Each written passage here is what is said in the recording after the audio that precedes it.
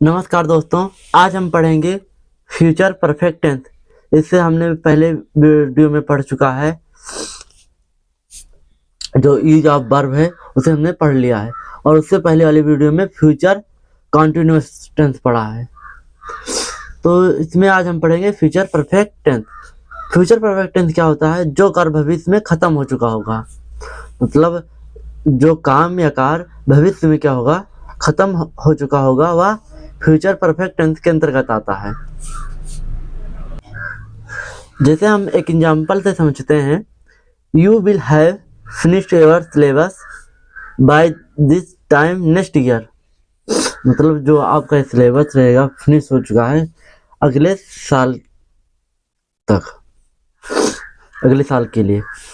उसके बाद और आता है पॉइंट, फ्यूचर परफेक्ट टेंस के अंदर में क्या रहेगा, कैसे पहचान जो क्रिया होगी पहचानने की, यहाँ लिख देंगे पहचान, हेडिंग डाल देंगे जो हमने पॉइंट डाला है। और इसमें पहचानने के लिए क्या रहेगा, अंत में चुकेगा, चुकेगी, चुका होगा, चुकी होगी, लिया है, दिया है, होगा आदि शब्द आते हैं लास्ट में, तो हम पहचान सकते हैं फ्यूचर परफेक्ट टेंस होगा ये।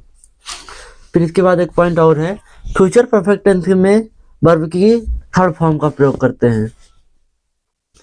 जो फ्यूचर परफेक्ट टेंस होगा हमारा, उसमें हम वर्ब की तीसरी अवस्था का प्रयोग करेंगे, थर्ड फॉर्म का। इसमें अब अफर्मेटिव सेंटेंस देखते हैं।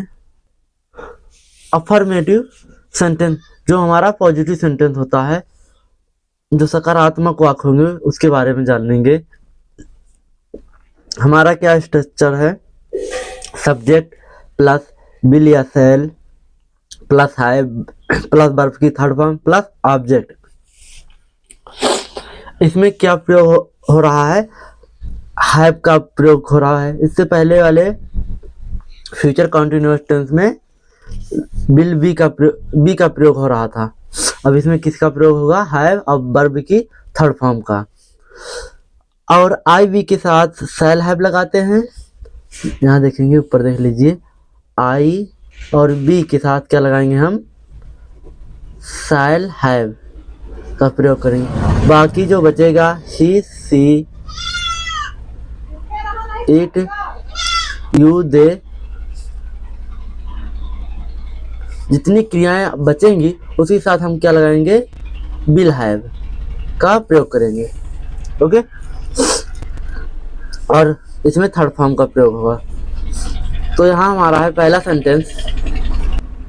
सेंटेंस क्या है, मैं अपना काम कर चुकूंगा, मतलब जो है मैं अपना काम कर चुकूंगा, भविष्य में काम क्या हो जाएगा, खत्म हो जाएगा।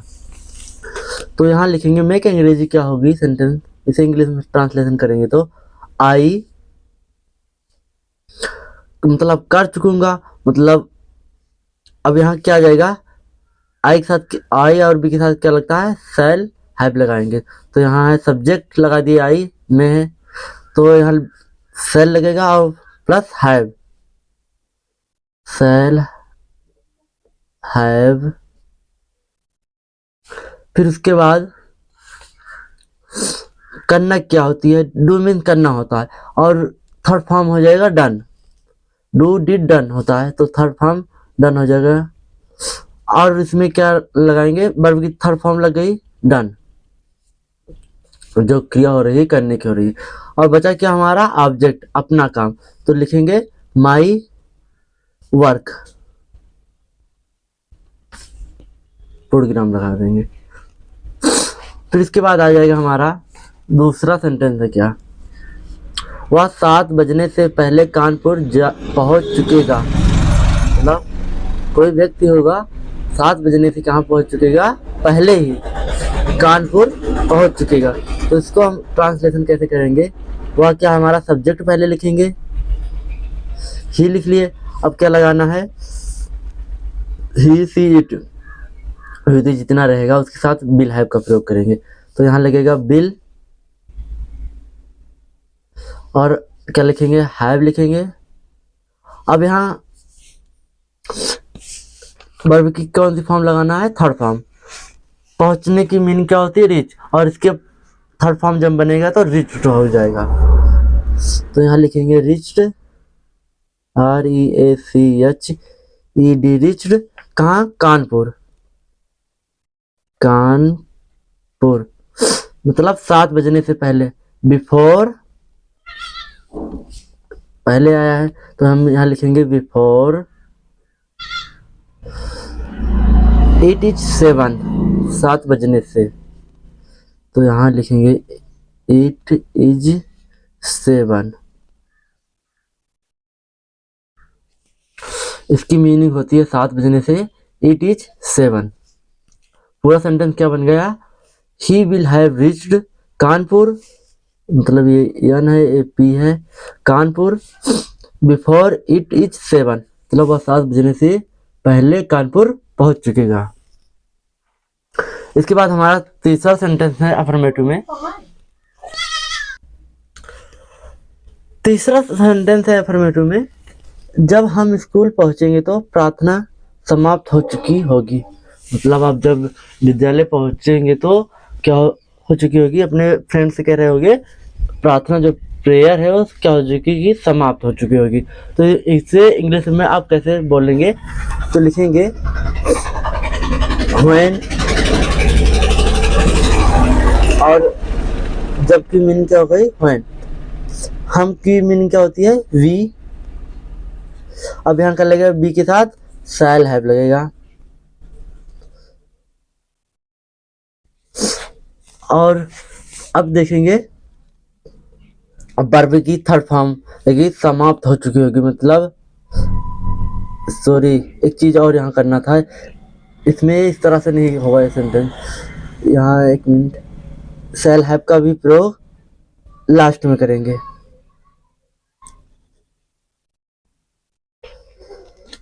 तो यहाँ लिखेंगे when we reach school, SCHOOL, school, the prayer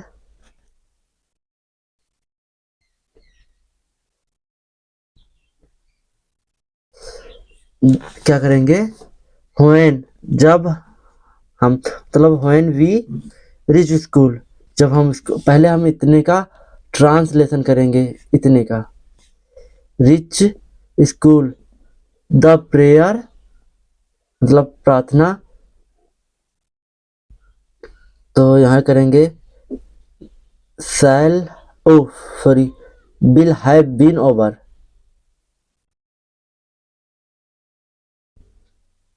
sorry यहाँ शैल ही रहेगा, बिल नहीं रहेगा, शैल हैव बीन ओवर, मतलब प्रेयर क्या हो चुकी होगी?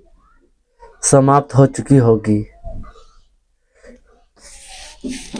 इसके बाद आता है हमारा नेगेटिव सेंटेंस। नेगेटिव सेंटेंस में क्या स्ट्रक्चर है? सब्जेक्ट प्लस बिल या shall plus not plus have plus verb की थर्ड फॉर्म प्लस ऑब्जेक्ट। तो हमारा इसमें पहला सेंटेंस क्या है? वे नहीं सो चुकेंगे, मतलब वो नहीं सोच चुके, मतलब इसमें नहीं आ गया है, सब चीज अफर्मेटिव का है, इसमें क्या लगाना है? नॉट, सेल या बिल्स के बाद लगाना है। तो लिखेंगे they will not, they will not have, और वर्ब की थर्ड फॉर्म लगेगी, मतलब सोना क्या बोलेंगे? स्लिप, स्लिप मीन सोना था, और थर्ड फॉर्म में होती है स्लिप्ड, SLEPT। इसके बाद हमारा दूसरा सेंटेंस आ जाता है, हरि के सोने से पहले हम खाना नहीं खा चुकेंगे, मतलब हरि के सोने से पहले हम क्या करेंगे? खाना नहीं खा चुकेंगे, मतलब खाना खत्म नहीं रहेगा। तो यहाँ लिखेंगे पहले इतने का हम करते हैं, हम खाना नहीं खा चुकेंगे, तो लिखेंगे हम क्या है, सब्जेक्ट है, तो we shall not have taken our food, taken our food मतलब हम खाना नहीं खा चुकेंगे, टेकन आवर फूड बिफोर किससे, हरि के सोने से। तो पहले की मीनिंग क्या हो जाएगी, बिफोर लगाएंगे, हरी स्लीप्स,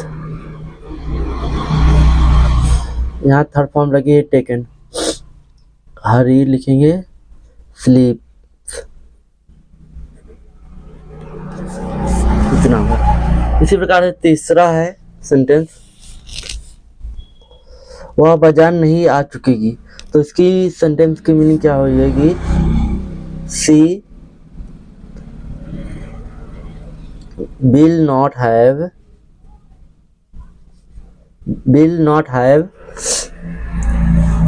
फिर मतलब आना क्या होता है, कम, और इसकी थर्ड फॉर्म होती है कम ही होती है, कम, केम, कम। तो COME कम, कहाँ, बाजार, फ्रॉम द मार्केट,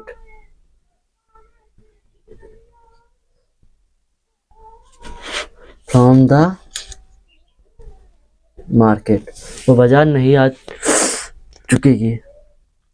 फिर इसके बाद आ जाता है हमारा इंट्रोगेटिव सेंटेंस, जो क्वेश्चन फॉर्म में होंगे, उसे हल करेंगे, और उसके बाद आपको हम एक्सरसाइज भी करने के लिए देंगे। तो इंट्रोगेटिव सेंटेंस में क्या होता है, आपको ये स्ट्रक्चर याद होनी चाहिए, जैसे वाक्य के पहले में क्या, कब, कहाँ आ जाए तो उसकी मीनिंग हम नहीं लगाते, उसमें क्या लगता है, विल या शैल का प्रयोग करेंगे। और डब्ल्यू जैसे क्यों, कब, कहाँ और बीच में आए वाक्य के सेंटेंस के, तो उसकी अंग्रेजी क्या होती है, पहले लगती है, और सेम चीज सारा वही रहेगा। तो स्ट्रक्चर आपको याद कर लेना है, बढ़िया से स्क्रीनशॉट भी लेकर लेना, आपको फेयर बनानी चाहिए तो बना ले सकते हैं। पूरा हमने फेयर के हिसाब से ये लिखा है, आपको कभी जरूरत पड़े तो देख भी लें। तो हमारा क्या है, क्या राम के नहाने से पूर्व सूर्य निकल चुकेगा। तो यहाँ लिखेंगे, राम क्या हमारा सब्जेक्ट, तो यहाँ क्या लगेगा, विल लगेगा, ना कि शैल लगेगा। तो यहाँ लिखेंगे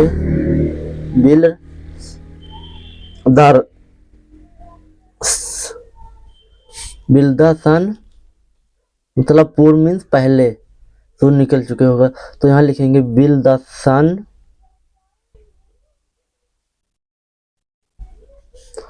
will the sun rise, will the sun, और सब्जेक्ट हो गया, उसके बाद क्या लगाना है, हैव लगाना है। तो यहाँ पहले हैव लगा लेते हैं, और निकलना की क्या मीनिंग होती है, राइज, और इसकी थर्ड फॉर्म क्या लगेगी, राइजन हो जाएगा, RISE राइजन, मतलब पूर्व मीन्स बिफोर, पहले होता है। तो यहाँ लिखेंगे बिफोर राम बाथ, राम के नहाने से, तो राम बाथ कह देंगे और क्वेश्चन मार्क लगा देंगे। सेंटेंस हमारा क्या बना, will the sun have risen before Ram bath, मतलब राम के नहाने, क्या राम के नहाने से पूर्व सूर्य निकल चुकेगा। तो इसके बाद हमारा है दूसरा सेंटेंस, यहाँ देखेंगे, मास्टर साहब के जाने से पहले तुम्हारे पिताजी तुम्हें क्यों पीट चुकेंगे।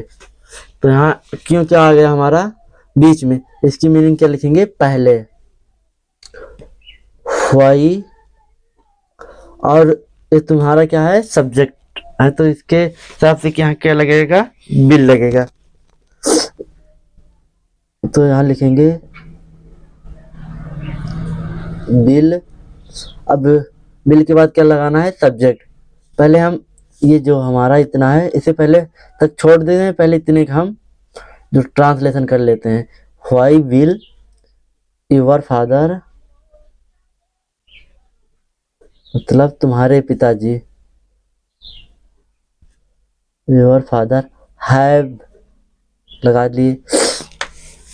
अब वर्ब की थर्ड फॉर्म लगेगी पीटना, कि बीट मीन्स पीटना और बीटन मीन्स पीट चुकेंगे, तो थर्ड फॉर्म लगेगी बीटन। किसे?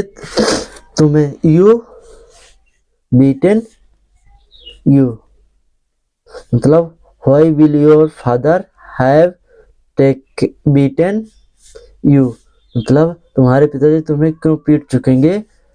बिफोर पहले, बिफोर मास्टर साहब के जाने से, तो लिखेंगे before the master, the master नहीं, द टीचर गोस, तो लिखेंगे द टीचर।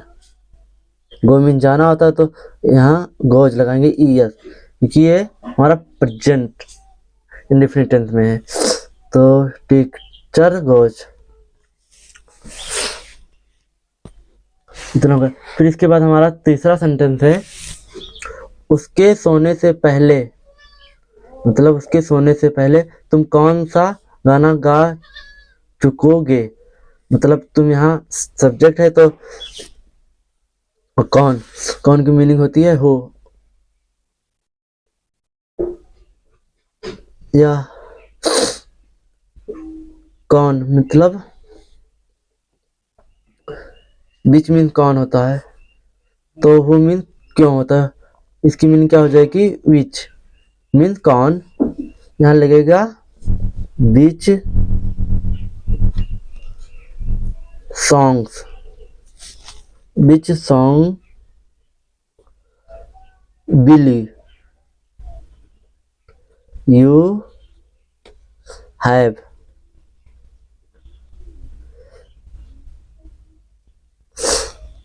मतलब संग मीन गाना, which song will you have sung, मतलब पहले यहाँ देखेंगे स्ट्रक्चर क्या है, डब्ल्यू सबसे पहले, फिर उसके साथ विल या सेल, फिर सब्जेक्ट जो रहेगा, फिर हैव, और जो वर्ब की थर्ड फॉर्म लगाएंगे, फिर ऑब्जेक्ट रहता। तो हमने यहाँ क्या लगाया, पहले डब्ल्यू सबसे पहले लिख लिया, फिर उसके बाद सॉन्ग मीन गाना होता है, फिर बिल लगा लिया, फिर सब्जेक्ट यू है, फिर हैव लगाया, फिर वर्ब की थर्ड फॉर्म लगा लिया संग, फर्स्ट फॉर्म होती है सिंग, तो यहाँ संग किसके, बिफोर उसके सोने से, तो बिफोर ही स्लीप्स लिखेंगे यहाँ, बिफोर ही स्लीप्स, मतलब उसके सोने से पहले तुम कौन सा गाना गा चुकोगे, कितना होगा। फिर इसके बाद आ जाता है हमारा चौथा और लास्ट सेंटेंस, क्या परीक्षा आरंभ होने से पहले वे अपना पाठ याद नहीं कर चुकेंगे, मतलब जो परीक्षा है आरंभ होने से पहले, शुरू होने से पहले अपना पाठ याद नहीं कर चुकेंगे जो स्टूडेंट हैं, तो यहाँ क्या करेंगे, यहाँ लिखेंगे पहले, यहाँ लिखेंगे bill, bill they not, will they not have learn, third form लग जाएगी,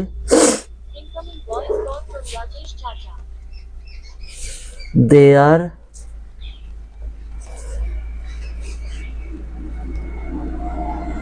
lesson before, मतलब यहाँ से वे अपना पाठ याद नहीं कर चुके, पहले इसका ट्रांसलेशन करेंगे, तो यहाँ क्या पहले, यहाँ क्या लगेगा, वो दे है तो बिल लगेगा, will they not have learn their means अपना लेसन, फिर इसके बाद लगाएंगे बिफोर द एग्जामिनेशन, मतलब परीक्षा आरंभ होना, एग्जामिनेशन बिगिंस, परीक्षा आरंभ होने से, तो यहाँ लिखेंगे एग्जामिनेशन की मीनिंग क्या होती है, EXAMINATION एग्जामिनेशन, और बिगिन लिख देंगे BEGIN, यस, और क्वेश्चन मार्क लगा देंगे। इसके बाद हम आपको एक्सरसाइज करने के लिए दे रहे हैं, आप लोगों से होमवर्क के लिए करना। एक्सरसाइज का आप ये इंग्लिश से हिंदी में ट्रांसलेशन करना है और हिंदी से किस में करना है, इंग्लिश में। आप चाहें तो इसका स्क्रीनशॉट भी ले सकते हैं।